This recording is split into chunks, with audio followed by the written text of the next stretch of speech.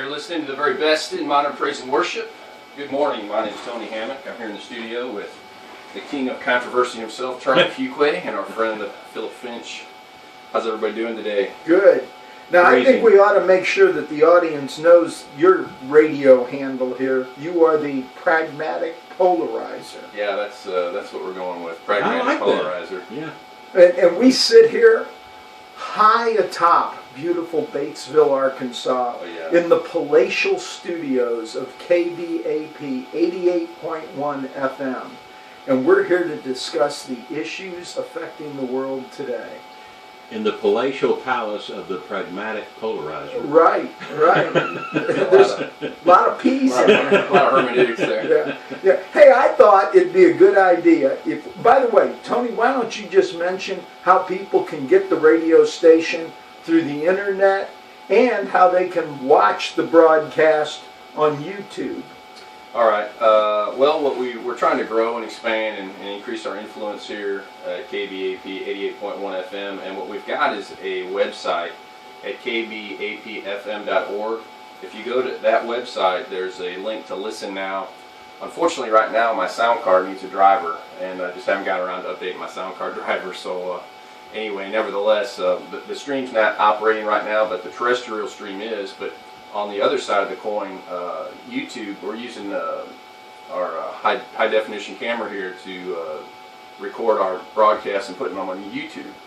So people can search for those. If they just search KBAP 88.1 FM Talk, something like that, they should be able to find it eventually. And also my YouTube channel is Hammack36. So if you're a YouTuber and you're familiar with how to find a YouTube channel, you can just go to Hammack36, YouTube/Hammack36. Spell Hammack. Hamma as an apple, CK, the number 3, the number 6. And it'll pull up all kinds of videos I've shot over the years, but also the stuff that we're doing in here in the studio. Okay. Hey, I think it'd be a good idea if we started this broadcast with prayer. You mind if I do that, Tom? No, that'd be great. Hey, Father, we come to you and we praise you for who you are. We recognize that you made the heavens and the earth.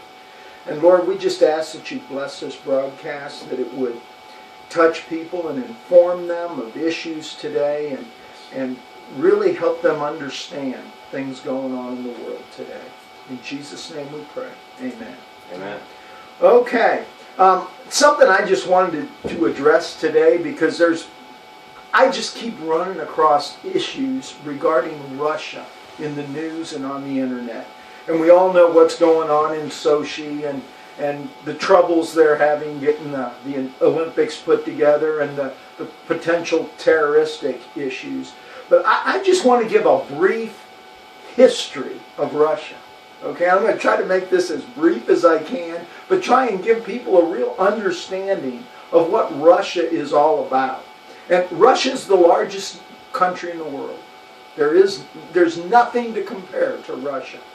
And I'm going to start out by reading a little article I pulled off the internet, and it deals with Russia buying huge numbers of U.S. cattle. And this was posted by a cattle rancher in Oregon who has a calf-cow operation and says that when calves are about 8 months old, they sell them. And they're selling their calves, heifers, to Russia. And these go on a boat. They spend about 30 days on a trip to Russia. And the goal of the Russians is to buy 100,000 heifers from the United States in the next 10 years. Now, I do not want to imply that Russia is doing great. Things are tough in Russia. Things have never been great in Russia. Okay, the Russian people have never known anything but hardship. That's all they've known for the entire history of Russia. But I really believe that Russia is making steps in the right direction.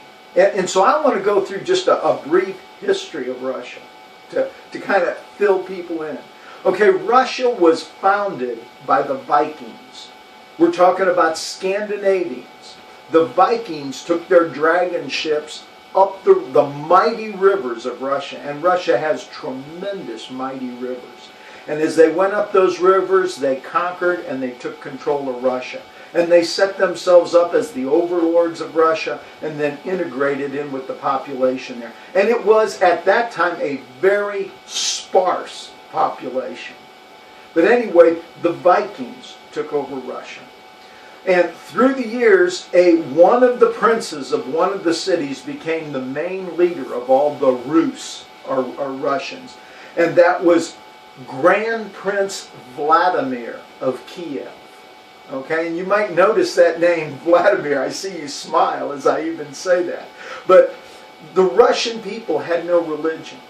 And so Grand Prince Vladimir was kind of between where the Muslim religion had power and where the Christian religion had power. So he sent emissaries to both groups to investigate both religions, and his plan was to adopt one or the other. Well, his emissaries went to Byzantium, which was the capital of the Eastern Roman Empire. And there they were greeted by the Eastern Emperor of the Roman Empire. And he took them into the Hagia Sophia, the most beautiful church that's ever been built on earth. And I don't think there's ever been anything to rival it. And again, we need to understand, Rome had an eastern capital in Rome, a western capital in Rome, and an eastern capital in Byzantium or Constantinople, which today is called Istanbul in Turkey.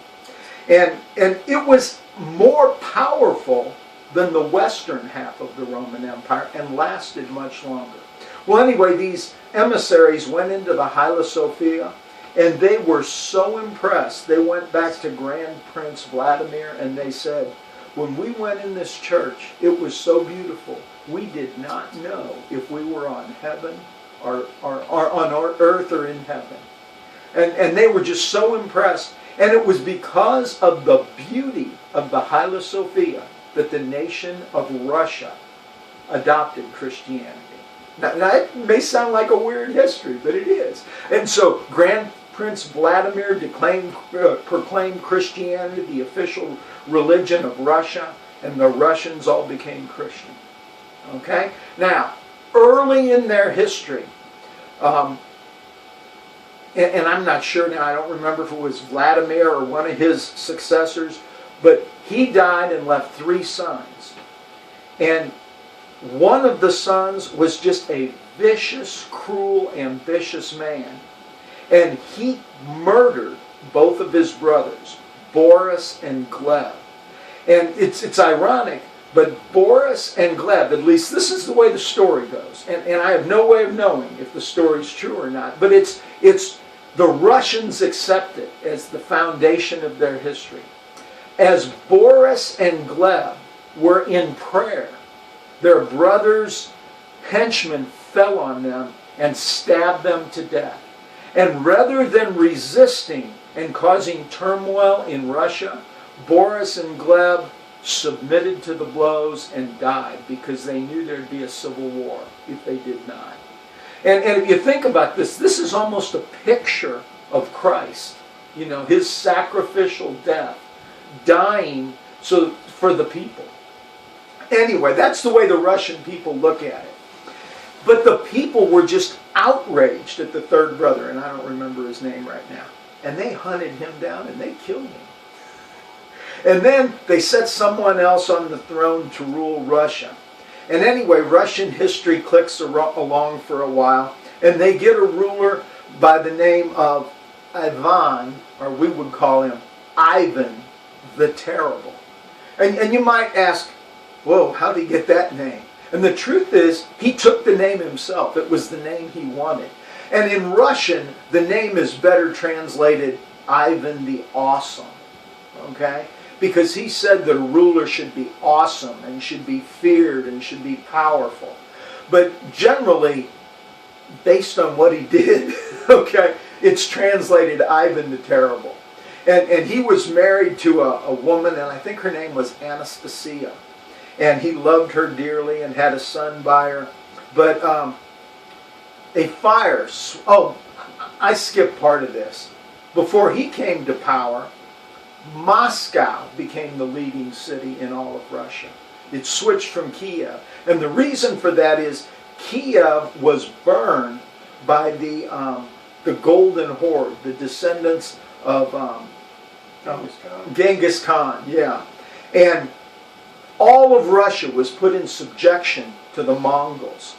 But one prince, the Prince of Moscow, became the leader of all of them. And the way he became the leader is he became the head tax collector to gather money from everybody else and turn it over to the Mongols.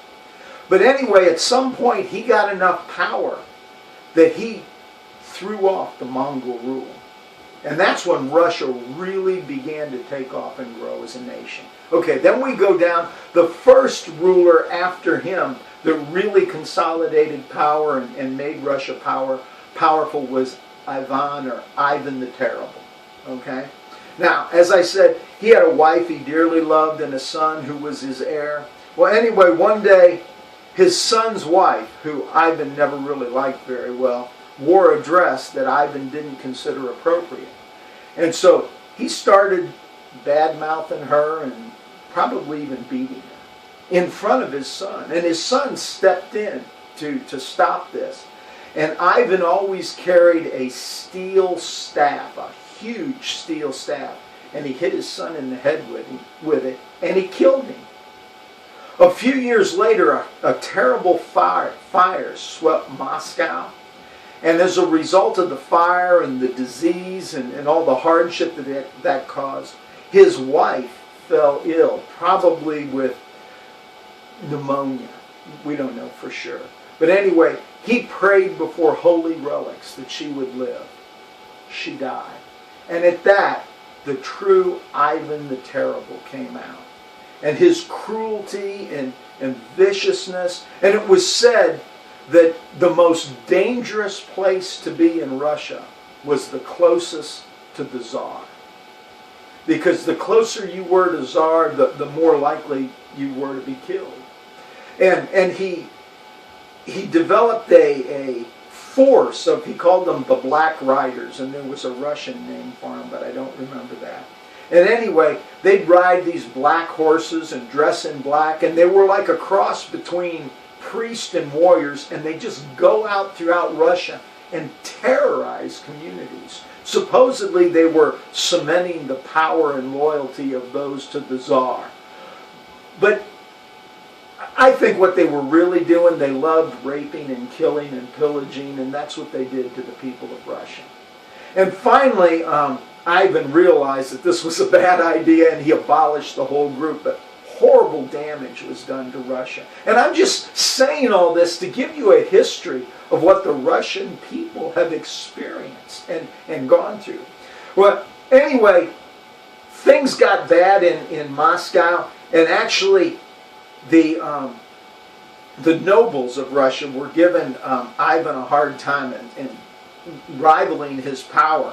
And so he abdicated, and he left Moscow. But there was chaos that followed, and the people begged him to come back, which is what he intended for him to do all along. And he did. He came back, but he said, if I come back, I have to have absolute power. And the people agreed to that. And there was a lot of atrocities. It was said that Ivan thought of new and unique ways to torture people to death. It was just horrible brutality. And anyway, you go down through the years, and there were other Russian rulers, and when Ivan died, there was no apparent heir, because he killed his son. Okay? And so there was a whole string of pretenders to the throne, and just chaos for years. And it was called in Russia the time of trouble. But anyway, finally stability returned, and they got some czars that could rule. Time goes along, and we get Peter the Great. Now, I'm sure most people have heard of Peter the Great. Great czar. Russia was the most backward country, and I would say in all of Europe. But it's even questionable whether Russia's a European country. Part of Russia's in Europe, but the vast majority of Russia, I think, could be said to be in Asia. But anyway, at this time, Russia went all the way to the Pacific Ocean. And Anyway, Peter the Great comes along and he wants to drag Russia kicking and screaming into the modern era.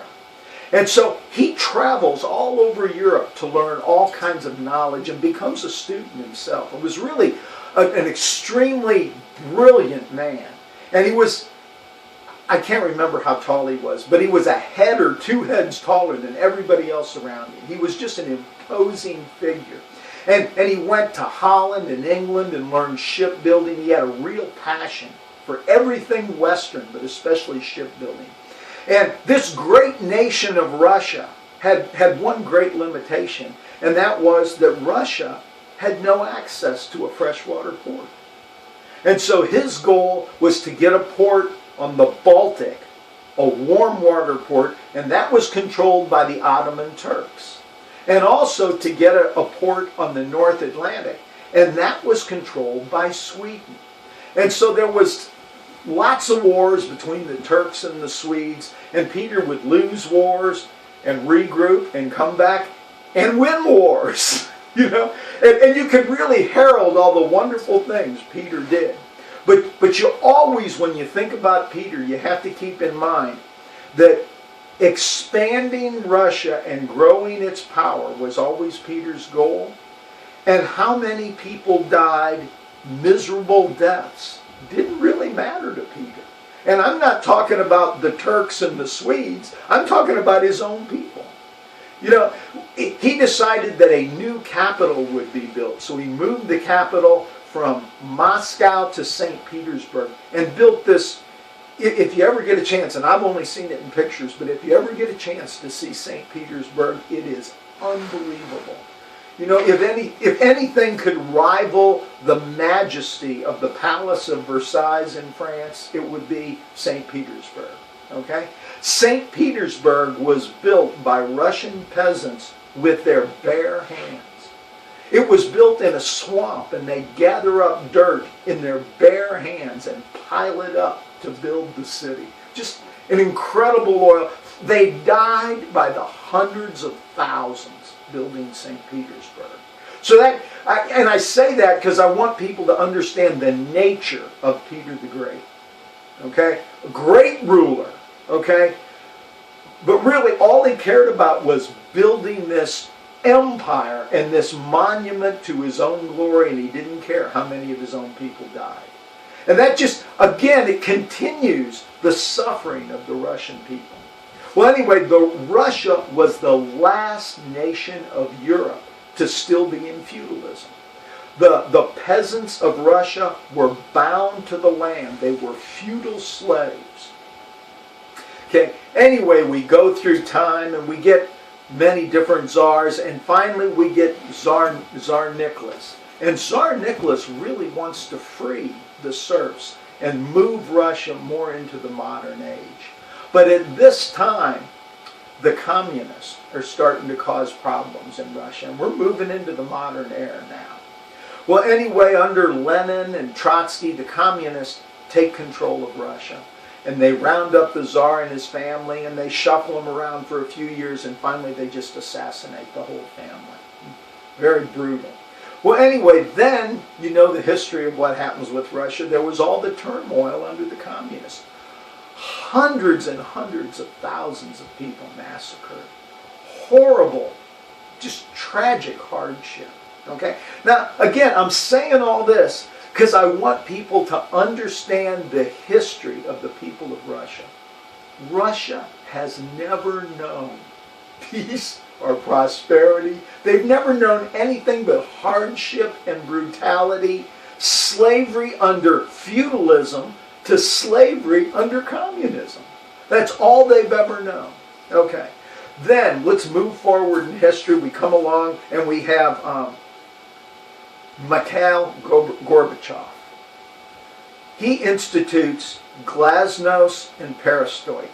Okay, now, those of us in the West, including me, think this is a smokescreen. Nothing's going to change in Russia. Okay? The truth is, change comes slow, and it did institute change in Russia. And change began to take place. And then, under Boris Yeltsin, what actually happened was all the Russian industries, they printed stock, as in corporations, to all the Russian businesses and gave it away to the people. So that the people were the entrepreneurs, if you will, or the owners, it wouldn't be right to say entrepreneurs, but the owners of Russian industry. And they were taking a crack at capitalism. Now you got to understand this. Russia has no experience in capitalism. It never existed. We go straight from feudalism to communism. Okay? So the people get this stock and they don't know what to do with it. And they think they're going to be paid dividends on it, but no dividends come. So the people sell the stock just amazingly cheap. You can have my stock in the Russian steel industry for a loaf of bread, basically. Because times are hard. Right. They're always hard in Russia. So they sell this stock, and there's a few people, entrepreneurs, that they came to be known as the oligarchs in Russia. And they bought up all this stock. And now I'm moving into the last few years now. Yeah. Okay? They become the absolute masters of Russia. Okay? They get Boris Yeltsin reelected to another term of office. And another thing I want to say, I've come to believe as I've studied this, we always hear about, the Russian elections are rigged. I've come to believe Russian elections are at least as fair, maybe fairer than elections in the United States. I really believe that. And one of the reasons I believe that is I believe that the electronic voting machines are easily rigged and are rigged. Okay? And they don't vote that way in Russia. There are a lot of those voting machines in storage. I know, state after state are getting rid of those voting machines because they believe, $15,000 a piece. Yeah, they believe they're rigged. You can pick them up for $8,000 now if you want one. Yeah, but anyway, that's an aside. Okay, anyway, we move into Boris Yeltsin's in power. They give away this stock. The oligarchs take over all of Russian industry. These people are kings. They absolutely rule Russia. Well, they picked this guy because Yeltsin's health is failing, and they picked this guy to move into power. And he's got KGB roots. His father was in the KGB, and his name is Vladimir Putin. Okay, so we're really moving to today now. Anyway, Putin comes to power, and he says, we're no better off under these oligarchs than we were under the Tsar or the communists. And he breaks the power of the oligarchs. They either flee Russia with millions. And by the way, while they were operating Russian industry, the oligarchs were just siphoning all the wealth of Russia. A tremendously wealthy country, oil production, all the wealth of Russia is being siphoned off by the oligarchs. Okay? Vladimir Putin says not going to happen. Now, let me tell you something about Vladimir Putin, and I really believe this. He's probably an egomaniac, power hungry, okay? Probably. But Vladimir Putin, as Peter the Great, and we got to understand this. As Americans, we don't love America the way Russians love Russia. I wish we did. There are people in America that hate America. I mean, all you got to do is go to any Democratic get-together where there's Democrats and you'll find the America haters, Not so in Russia. And Vladimir Putin loves Russia. He really, and the Russian people, they are loyal to, they were loyal to Joseph Stalin. You talk about a madman that was cruel and vicious. It was horrible. Oh gosh, they were loyal to Joseph Stalin. The Russian people would sacrifice anything for Mother Russia. Anyway, Vladimir Putin breaks the power of the oligarchs. And so he is trying to get the Russian economy to move to a free enterprise capitalistic economy. But I've given this whole history so people understand there is no memory, there's no history at all of free enterprise, entrepreneurship, other than the oligarchs. You know, control right, for themselves. right, and whose power has been broken. But that's all there is in Russia. So Russia is struggling, and I believe today that. Now I say this. Let me back off. You know, because of the hard times there are today in Russia, there are vast numbers of Russian people that say, "Hey, let's go back to communism." You know, you think of the children of Israel when they were taken out of captivity and they were in the desert, they say, "Hey, let's go back and be slaves in Egypt." You know, and that's kind of the mindset of some of the Russian people today. They, you know, things were really better under communism. At least we had jobs, you know. So there is, because that's all they know. That's all they know. But still, Putin and others are trying to move Russia into a modern free enterprise economy. And they are just floundering because they don't know what to do. And again, I want to give a contrast here. China is moving towards more of a free enterprise economy. Both China and Russia, first of all, let me say this.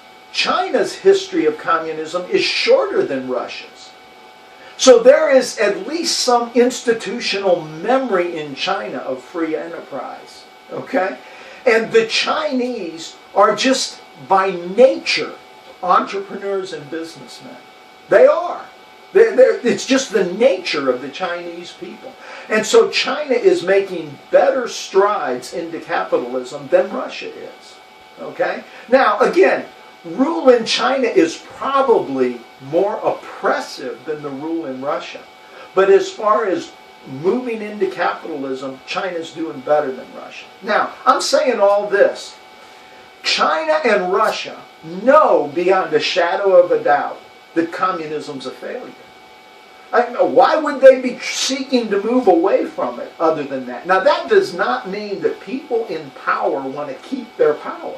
Because, you know, people in power always want to keep their power. And that does not mean there's not oppressive regimes and home raids at night where people are picked up and put in prison. That's going on in both places. Okay? But they both know communism, socialism doesn't work. Isn't it ironic that the one country where the leaders and the Ivy League elite still believe that socialism can work is the United States? Just think about that. Do we have to experience that dismal failure that Russia and China experienced before we finally wake up and say, hey, this doesn't work? You know, I guess maybe we have to experience that.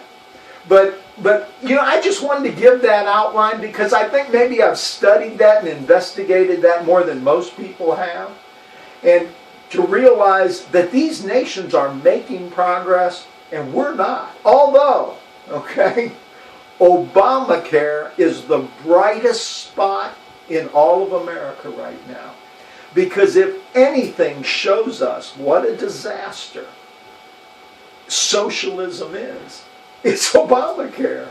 It's a disaster that keeps on giving. And I guess that's kind of the end of my tirade on that. So you guys jump in with anything you want to jump in with. Well, I had a friend that called the Obamacare number. You know, he was going to sign up to Healthcare.gov. Yeah, but he was on the phone, and the phone, I guess it rang for a while, and then he got a message that said, we're too busy, call back later. And I thought, what corporation would do that? You know, what corporation would say, yeah, we don't really care about your business, we really don't want you to, you know, who cares, you know, well, just call tomorrow, you know. They would put you on hold, they'd find somebody, even if they're in a foreign country that has struggles with English, they're still going to talk to you, they're still going to make an effort to connect with you as a customer. And I think when you get into socialism, I mean, you're painting with a very broad brush, but I think it's the environment that socialism lives in, is it kills incentive. Right. You know, what do you care? You know, I don't care. You know, What, If you want to wait in line for 3 hours, go ahead. yeah, what was, If you want to leave, go right ahead. I what, can care less. what was the motto of the Russian people? It was, they pretend to pay us and we pretend to work. You know, why was Russia such a failure as an economy? Because socialism doesn't work. You know, I said I was done with my tirade, and I looked down on my computer, and there was something that I really wanted to focus on that I forgot to. So I'd like to go to that if I could. There are lots of videos on YouTube about Vladimir Putin, and I would encourage people to go look at some of them. Now, you know, Vladimir Putin's speaking Russian, so you have to read the captions. Okay?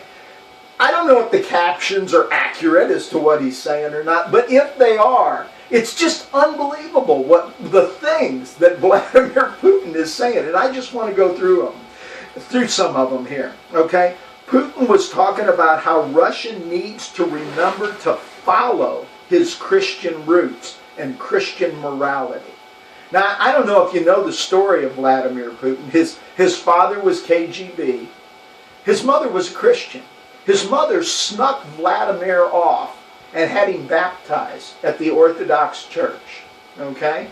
And raised him as a Christian. Vladimir Putin is a professing Orthodox Christian. He attends church every Sunday, okay? He's more of a Christian than most of the people in the United States based on what he says, okay? Now, let me go on with this. He says, many Christian nations deny their Christian roots and Christian identity. This is Vladimir Putin talking. Christianity is the foundation of Western civilization. Political correctness legitimizes homosexual marriage and set the stage for pedophilia. Again, Vladimir Putin speaking here. Christian holidays are abolished and renamed in some Western states, and this does away with their moral significance. This leads to moral crisis.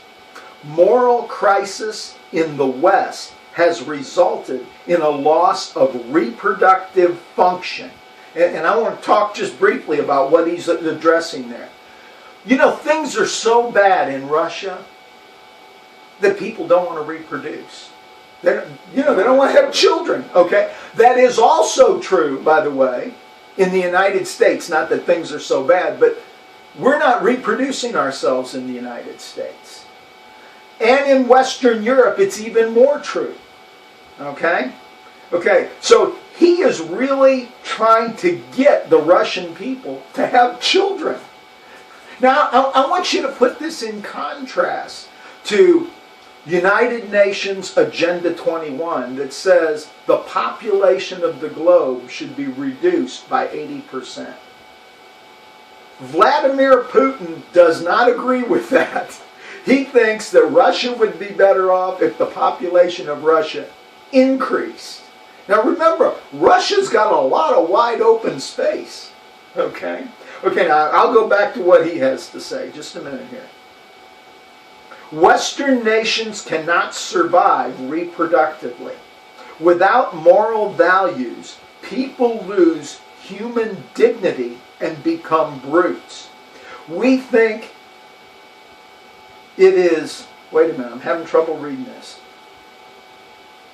We think it is right and natural to defend and preserve Christian values. Now by we, he's talking about the leadership of Russia. Now think back on Russia. They imprisoned Christians and tortured them to death. I mean, that's what Russia did. And now here's the leader of the Soviet Union saying, we think it is right and natural to defend and preserve Christian values. One must respect the right of any minority to self-determination. Now, who's he talking about there? He's talking about the Chechens, the Muslims in Russia. And that is a huge group in Russia. And then he says, but at the same time, there can be no question about the rights of the majority. Now, you know that when Muslims come to power, they want to take over completely. and they want to end Christianity. So he's saying the Christians are the majority in Russia, and we are going to preserve the rights of the minority, but maintain the right of the majority, but give the minority rights as well. In the West, we observe and move to create a unified model of the world to remove national sovereignty under U.S. imperialism. Now, what is he saying there? Now, this is the Russian viewpoint. He says the West, and by the West, he's talking about the United States, Western Europe, the United Nations, okay? He says they move to create a unified model of the world and remove national sovereignty under U.S. imperialism. Now, that's important to understand the Russian view of what's going on in the world. Russia wants to be Russia. Russia wants to maintain its national sovereignty. And Russia is not in favor of a one-world government under the UN. Isn't this ironic to just look at this? And Russia views this one-world government under the UN as being driven by the United States and United States imperialism. Such a world would require the surrender of one's own identity and God-created diversity. Aren't those strange words to hear from Vladimir Putin? I mean, it blows the mind, doesn't it?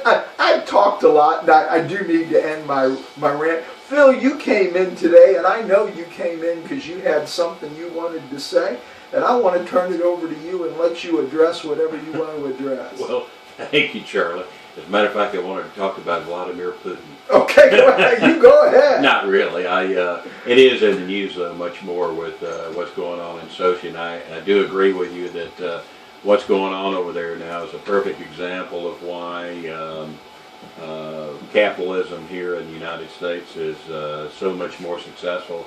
I think, I've forgotten what the number is on the cost of the Sochi Winter Olympics, but it's about, I think the number I heard was $50 billion. But, and of course we had our last Winter Olympics, as far as I can remember, that actually made money was the one run by Mitt Romney out in Salt Lake.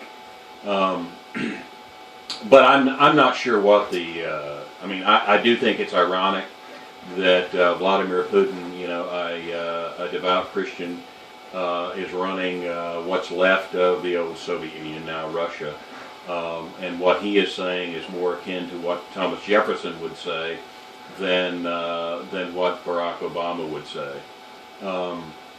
But I have to say I'm not particularly optimistic about Russia or China as far as their futures go, and I do think that we are, and I do think that China and Russia would like to see us taken down a notch, and due to our own policies that may end up happening. But I mean, the future could be so bright for the United States. I mean, no one 10 years ago would have said that we were going to be an energy exporter.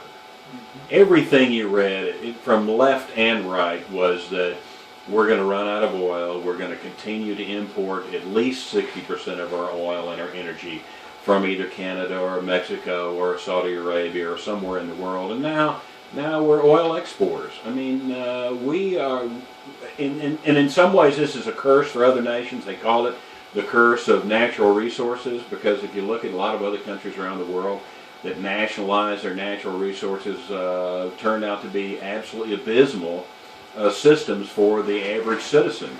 And it may turn out that way for the United States, but if we would just keep the same policies we've had for the 200 years of our history, basically, or maybe not the last few years, but a history of the government being limited in their powers and letting people innovate and figure out ways to do things better, then our labor costs are going to be far lower than, or should be, as low as any industrialized country in the world. I mean, if you look at our energy costs compared to China, I think we're at 1/4 I mean, that's a huge advantage for any industry that wants to set up in the United States.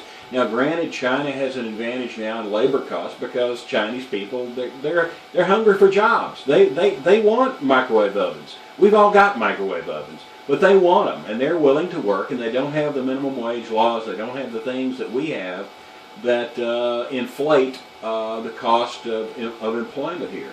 So I'm very optimistic about the United States if we can stay on a path of capitalism instead of doing like you're alluding to, Charlie, in that the rest of the world has figured out socialism doesn't work. Yeah.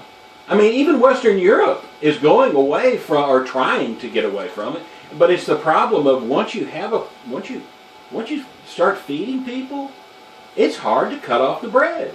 I mean, once you have and this is true in the United States, once you have a federal program, you've got a federal program. And that's what we've got, I fear, in Obamacare. We're going to put an additional, it depends on the numbers, but around 30 million people on health care. And if you think that in 2 years, when we get a Republican president and a Republican Congress, that they're going to be able to reverse that, I hope we can, because I do think it's the most important issue of our times, and I think it's a culmination of a left-leaning country, or more left-leaning country that we have over the last several decades. That's a result of why the federal government is taking over everything. But we're doing this by choice. I mean, you look at the National Republican Party and you ask them about the minimum wage. Oh yes, we have to have minimum wage. It's wonderful. And you talk to most any economist, and they will tell you, no, the minimum wage actually hurts the people it's supposed to help.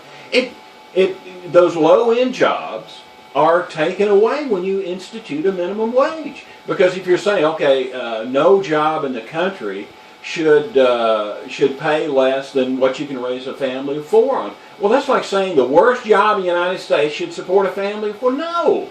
Yeah. The worst job in the United States should be something for a young kid starting out who's vigorous and says, hey, I'll rake those leaves. I'll work in your fast food store. I'll do whatever it takes. I am trying to get on that ladder of success. And the way you do that is you start out and you work hard. Well, think what we're doing, though. We're saying to these young people, you don't get to work anywhere. And we're creating them in them. Right. Think about this. If you're a young person today, even if you just graduated from college, you don't get a job. You go on welfare. And that creates a lifestyle pattern in them. Their lifestyle pattern is now, I don't work, I'm on welfare. Yes. There's a good friend of mine who is a recent graduate in a STEM major. I won't say what the major is, but it's certainly a STEM major, and he's in a field that's in great demand all over the world, especially here in the United States. And he is actually he's hoping that Elizabeth Warren, I'm sure that Charlie and probably Tony know who she is. She is the junior senator from Massachusetts, who is as far left as any senator in the United States Senate. And the reason he wants to vote for her is because she is for forgiving all student loans, and he has student loans. And the reason I bring this up is we are breeding a underclass or a core of voters who are dependent upon government, who expect the government to give them something. Yeah, and here's, I'll go back to my book on this. The whole theme of my book is, if we would obey God's law, we wouldn't have these problems. What is God's law? Thou shalt not steal. Okay, if it's wrong for one individual to steal from another, it's wrong from a group of individuals, voters, to vote for somebody who's going to steal from somebody else and give to them. What is the cancellation of all student loans? It's theft. Well, but here's his argument, and it's difficult for me to disagree with him. I do, of course, but his line is, okay, what happened with the financial crisis back in '08? What did we do? You mean we bailed took out $1 trillion and we said, okay, we're gonna bail out all those banks that. Wait a minute, Phil, that's different. Okay, here's how that's different. Well, We were bailing out multi-billionaire international bankers, and they deserved it. That's how that's different. Well, let me. well, we were bailing out the friends of, well, actually both parties, but predominantly one party. A lot of people don't realize that the major donor to the Democrat Party in '08 was Wall Street and Wall Street banks. And I think it's Well, I wonder why that would be. well, you and I know, Charlie, it's because the Democrat Party is famous for specific legislation, crony capitalism. Wait a minute, Phil. You're confused. You're confused. The Democratic Party is for the little guy. Okay? Yeah. They always take care of the little guy. They're always out to bust the chops of Just the like rich. Stalin. Yeah. Just like Mao. They were the leaders, and they were for the little guy. Yeah. Well, let me jump in here. I want to share a concept with you guys, and you may or may have never heard of the year of Jubilee. But in the Old Testament, in the Bible, every 49 years there was a debt cancellation that was programmed into the Jewish economy. And basically what it would do, it would prevent or really mitigate the amount of slavery, debt slavery that could go on in the nation. Because if, let's say I mismanage my vineyard, you know, I'm a Jewish guy 1,000 years ago, 2,000 years ago, I mismanaged my vineyard, I planted at the wrong time, I have a total crop failure, and I'm broke, I'm hungry, my kids are starving, I'm starving. So Phil, if I go to you and you've done everything right, you're maybe a little smarter than I am, or you're a little more strategic than I am, and there are 5 years until the year of Jubilee, and I say, Philip, will you buy my vineyard? And you say, well, yeah, but Tony, there's only 5 more years.